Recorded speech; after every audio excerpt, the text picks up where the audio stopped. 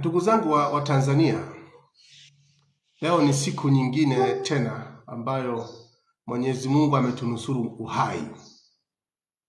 Leo nina jambo mahususi sana linahusu taarifa ya Grayson Msigwa ambayo ameitoa jana kuhusu mkoa wa Mwanza.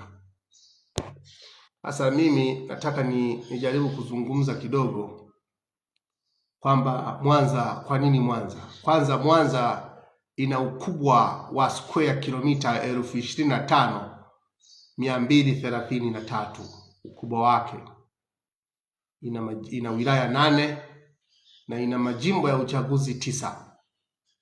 Lakini Mwanza hii ina population ya watu milioni 4, karibia milioni 4,300,000 sasa hivi.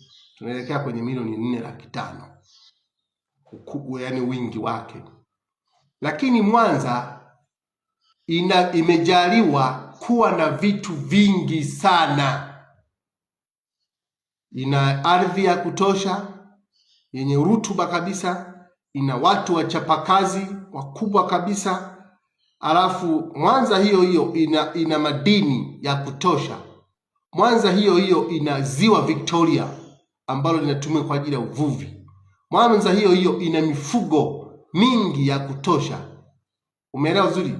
Kwa hiyo shughuli za kiuchumi katika mkoa wa Mwanza ni nyingi. Kwa mujibu wa taarifa ya serikali sasa, mkoa wa Mwanza ni wa pili kwa kuchangia kwenye pato la taifa. Inachangia takriban trilioni 14.8.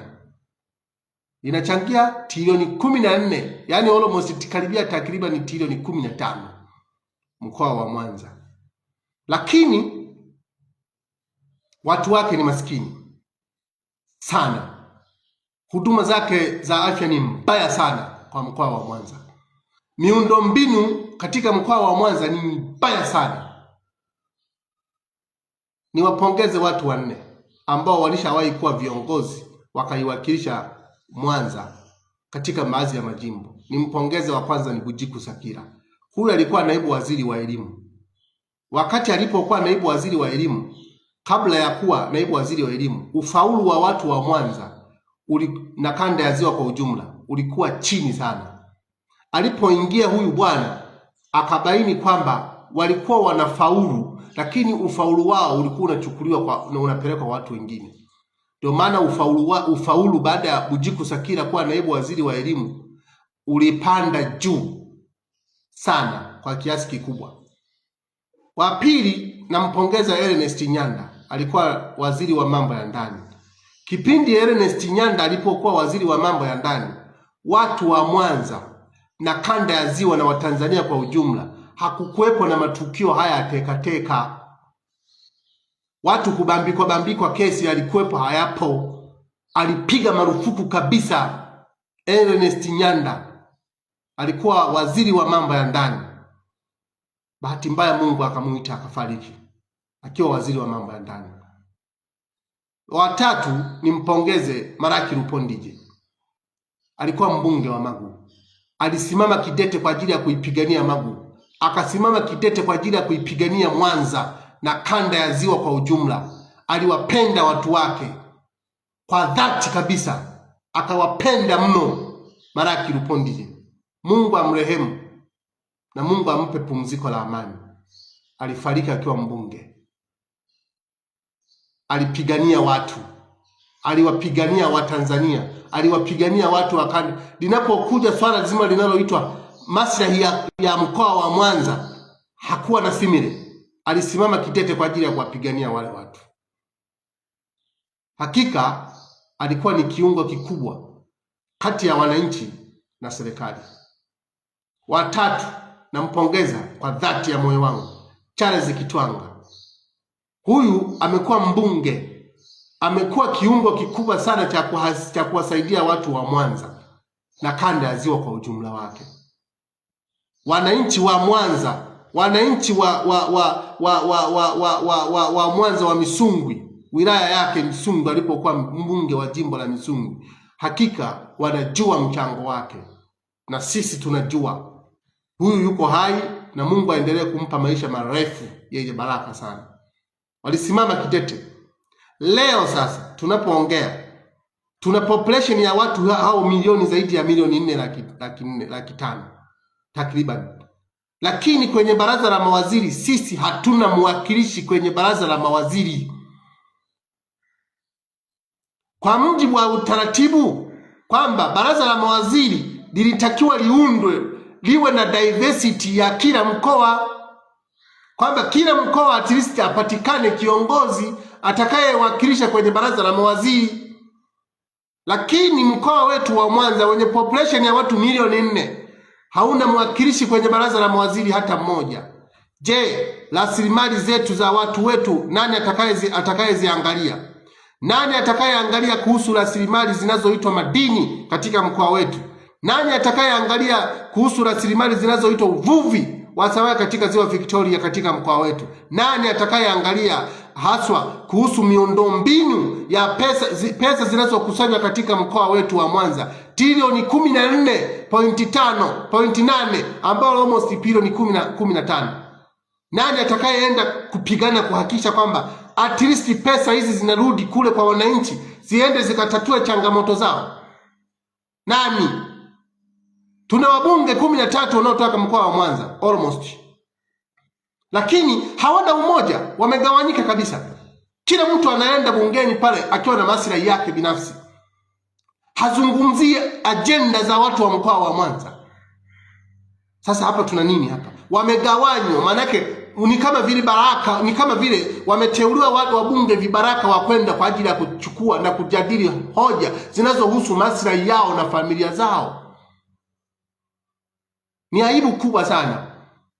Mwanza, mimi natoka wilaya ya Kwimba, wilaya ambayo imezaa Misungwi, wilaya ambayo imemzaa Magu, wilaya ambayo imemzaa mkoa wa Simiyu. Wilaya ya Kwimba ni wilaya kongwe, lakini cha ajabu haina lami.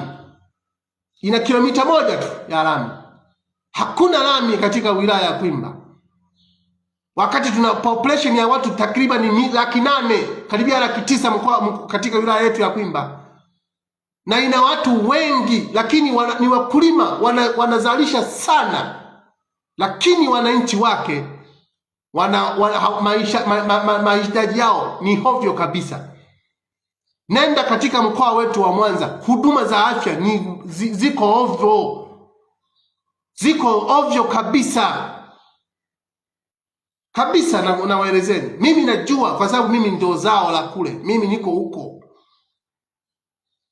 lakini wanachangia kwenye pato la taifa trilioni 15 kasoro. Halafu mnarejeshewa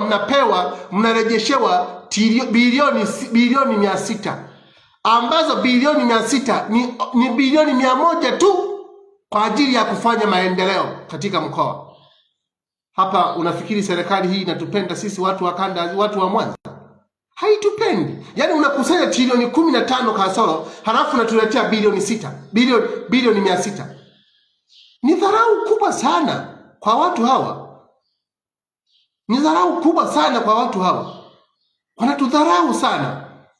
Wananchi wale hata ajira wananchi wale hawawezi kupewa nafasi za ajira, hawawezi kupewa. Wanapewa watu wengine tu.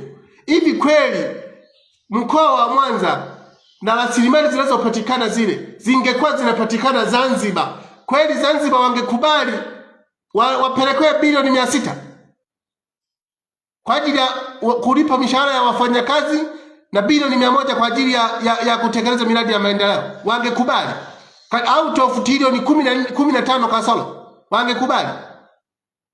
Tunadharauliwa sana sisi watu wa kanda, kwa sababu wameshatuona sisi ni mapoyoyo, wametuona sisi ni mang'ombe, wametuona sisi ni mandindindi, wametuona sisi hatujitambui. Na ndio maana tunaweza tukaburuzwa tu kama tunavyoweza kuburuzwa. Sasa hatuwezi kukubali. Uwanja wa ndege pale Mwanza, badala ya kujenga uwanja wa ndege, sasa hivi hata mkandarasi hayupo, ametoka. Hakuna. Magufuli alituahidi kutujengea uwanja wa ndege pale. kwa sababu alikuwa anajua thamani na mchango wa Mwanza, wa mkoa wa Mwanza ni mkubwa. At least na wao tuwape angalau kitu angalau tuwajengee vitu vya maana. Badala yake ni porojo tu. Hakuna miundombinu mibaya. Barabara za katika mkoa wa Mwanza ni za hovyo kabisa. Hazipitiki sehemu kubwa. Wilaya ya Kwimba, nani anapita wilaya? Nani anajua wilaya ya Kwimba? Hakuna hata lami kilomita 1. Population ya watu takriban 800,000. Ni aibu kubwa. Na hii ni dharau kubwa sana kwa watu wa Mwanza. Dharau kubwa sana. Lakini hiyo ni kwa sababu tunakuwa tumechagua viongozi ambao ni vibaraka, ni watu wamejawa maslahi binafsi katika mioyo yao, hawajali. Na ndio maana hata wakiteuliwa wanaona kwamba zile nafasi wanazoteuliwa ni za kwao na familia zao. Hawaamini kwamba hizo nafasi ni kwa ajili ya Watanzania wale. Hamna. Watu wanaenda wanafanya tu business as usual. Hii ni dharau kubwa. Ni dharau kubwa sana. Ukipiga hesabu Mwanza au ukachukua mkanda ya ziwa kwa ujumla, ina population ya watu zaidi ya milioni 20 kwa sasa. Na ina kilomita square 1,148 na kama 525 hivi. Umeelewa? Kilomita square ile kanda ya ziwa kwa ujumla wake. Lakini kwa nini hatuna mwakilishi kwenye baraza la mawaziri? Mwanza hatuna mwakilishi kwenye baraza la mawaziri. Kwa nini hatuna mwakilishi kwenye baraza la mawaziri? Ni dharau, tunadharauliwa. Kwamba hatuwezi kufanya chochote, hatuwezi kufanya chochote. Hii ni dharau kubwa, na ndio maana waambieni watu wa kanda ya ziwa, amkeni. Tulikuwa na mwakilishi kwenye baraza la mawaziri Angelina Magula. Leo yuko wapi? Kanda ya ziwa tulikuwa na mwakilishi kama akina Ahmed Adi Kalemani. Leo wako wapi? Tulikuwa na akina Doto Biteko. Leo wako wapi? Tulikuwa na akina Mashimba Ndaki. Leo wako wapi? Wako wapi? Hatuna watu kwenye baraza la mawaziri. Yaani mkoa wa Simiyu hakuna mwakilishi kwenye baraza la mawaziri. Mkoa wa Mwanza hakuna Simiyu ina population ya watu milioni karibia 3. Hakuna mwakilishi kwenye baraza la mawaziri. Mwanza ina population ya watu milioni 4 karibia 500,000. Haina mwakilishi kwenye baraza la mawaziri. Nenda wapi? Nenda Geita ina population ya watu karibia milioni 4,600,000. Lakini sasa haina mwakilishi kwenye baraza la mawaziri. Mikoa tu hii mitatu ukijumlisha ina watu takriban ni watu milioni 10 na kitu. Lakini haina mwakilishi kwenye baraza la mawaziri. Zanzibar ina mwakilishi kwenye baraza la mawaziri takriban ni 8 including rais. Yupo rais rais wa Zanzibar ni mjumbe wa baraza la mawaziri. Waziri wa fedha, waziri wa mambo ya ndani, mambo ya nje, waziri mambo ya uchukuzi, waziri wa mambo ya nani, mambo gani huyu mambo ya nini yale, mambo ya muungano. Hao wote wanatoka Zanzibar. Hivi kweli wale wangekuwa, yani Wazanzibari wangeweza kukubali kwamba sisi wana population ya watu milioni 4 halafu hawana wakilishi kwenye baraza la mawaziri? Wangekubali Watanzania? Na wauliza tu, wangekubali? Haiwezekani. Kwa hiyo ina maana kwamba ratioality, hatuna ratio ya kuonyesha kwenye wawakilishi kwenye baraza la mawaziri. Hatuna. Lazima tuhakikishe kwamba mkoa wa Mwanza na wenyewe upate mwakilishi kwenye baraza la mawaziri, ili kusudi akajadili, atetee maslahi ya watu wa kanda ya ziwa, atetee sera zinazopitishwa kwenye baraza la mawaziri zinaenda kuathiri watu wa kanda ya ziwa, vile vile watu wa Mwanza. Sasa kwenye baraza la mawaziri hatuna mwakilishi. Nani atakayesimamia kuhusu uvuvi? Nani atakayetetea kuhusu sera zinazotungwa kwa ajili ya wananchi kuhusu ziwa Victoria? Nani atakayesimama kwa ajili ya watu wanaofanya uchimbaji wa madini yetu katika mkoa? Nani atakayesimamia? Kwa sababu kiuhalisia, waziri anapoingia kwenye baraza la mawaziri, maana yake baraza la mawaziri lazima liwe na diversity. kwamba kila mkoa at least apatikane mmoja atakayewakilisha kwenye baraza la mawaziri. Hamna. Kanda ya Ziwa tuna wabunge takriban 53. Lakini hebu angalia kwamba hawa wabunge wanaenda na agenda gani bungeni? Mwanza ina wabunge 13. Waulize watu wa Mwanza sasa, wanaenda na agenda gani bungeni? Hawana agenda, kwa sababu wamejawa maslahi binafsi. Inauma, inauzi, lakini inakera sana. Lakini mimi nawaomba Watanzania, hasa watu wa kanda ya Ziwa, hasa katika mkoa wa Mwanza, tusimame kidete kuipigania Mwanza yetu. Mimi ni zao la Mwanza, ni zao la Kwimba, ni zao la Mwanza. Kitovu changu kimezikwa Mwanza, kimezikwa Kwimba. Sitaacha kuipigania mpaka tone langu la mwisho, mpaka tuhakikishe kwamba usawa katika mgawanyo wa rasilimali unapatikana. Haiwezekani sisi tukusanye tuwe wa pili katika ukusanyaji wa pato la taifa. Dar es Salaam ya kwanza yenyewe, Dar es Salaam kila pahala ni miundombinu inajengwa na lami zinajengwa, halafu zinakuja kubomolewa tena, zinajengwa tena lami nyingine. Sisi hata lami hatuijui, ila Dar es Salaam yenyewe inajengwa na kujengwa na kujengwa. Alafu vile vile Dar es Salaam ina wawakilishi wawili kwenye baraza la mawaziri, tena si watatu. Kuna waziri anayehusika na mambo ya mipango, Profesa Kitila Mkumbo, anatoka kwa Dar es Salaam. Kuna waziri anayehusiana na mambo ya teknolojia, anaitwa Angela Kairuki, anatoka Dar es Salaam. Anawakilisha wananchi kutoka Dar es Salaam kwenye baraza la mawaziri. Spika wa bunge anatoka Dar es Salaam. Kwa hiyo ina maana kwamba Dar es Salaam wamejipanga vizuri katika kule kuwaletea wananchi wako maendeleo. Sasa sisi hatuna huyo mtu wa kutuwakilisha na kutupigania. Hatuna. Mkoa wetu wa Mwanza wenye population ya watu milioni ngapi ile? Dar es Salaam ina population ya watu milioni 7 karibia milioni 8. Mwanza ina population ya watu milioni 4 na karibia milioni 5, milioni 4.5. Lakini wananchi wake huduma zake ni mbovu, barabara ovyo kabisa, na huduma za yani hospitali yani ovyo. Lakini tunachangia pato kubwa. Kwa nini tunatengwa sisi? Mmetuonaje nyinyi viongozi, sisi watu wa Mwanza? Hivi nyinyi viongozi watu wa Mwanza mnatuchukuliaje? Kwa mfano, mnatudharau sana, mnatudharau sana. Lakini nawaomba Watanzania, nyinyi watu wa Mwanza, simameni kidete kuipigania Mwanza. Simameni kidete kuipigania kanda ya Ziwa. Siongei haya mambo kwa ajili ya kuwaudhi watu. No. Siongelei mambo haya kwa ajili ya kwamba labda naonyesha ukabila. No. Naonyesha uhalisia. Tumepata viongozi hata wengine wameshakuwa mawaziri, lakini hata wakipewa nafasi zile hawajali watu wao. Watu wa Zanzibar kule wana umoja. Leo Zanzibar mwenyekiti wao katika wabunge anaitwa Masauni, wamemchagua anayezungumzia maslahi ya Zanzibar.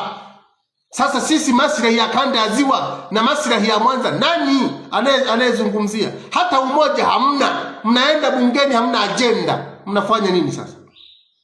Ndio maana tunaendelea kudharauliwa tu. Tutaendelea kudharauliwa. Na akipatikana mtu anahongwa, anakuwa na compromise, anawasaliti wananchi wake. Tusimame kidete kwa ajili ya Mwanza yetu. Tusikubali watu wachache watudhalilishe na watutweze na watupole rasilimali zetu. Tusikubali, tuseme hapana. Asanteni sana kwa kunisikiliza. Mungu awabariki sana ndugu zangu wa Mwanza. Mungu awabariki sana ndugu zangu wa kanda ya Ziwa. Lakini Mungu awabariki sana Watanzania wenzangu. Asanteni sana.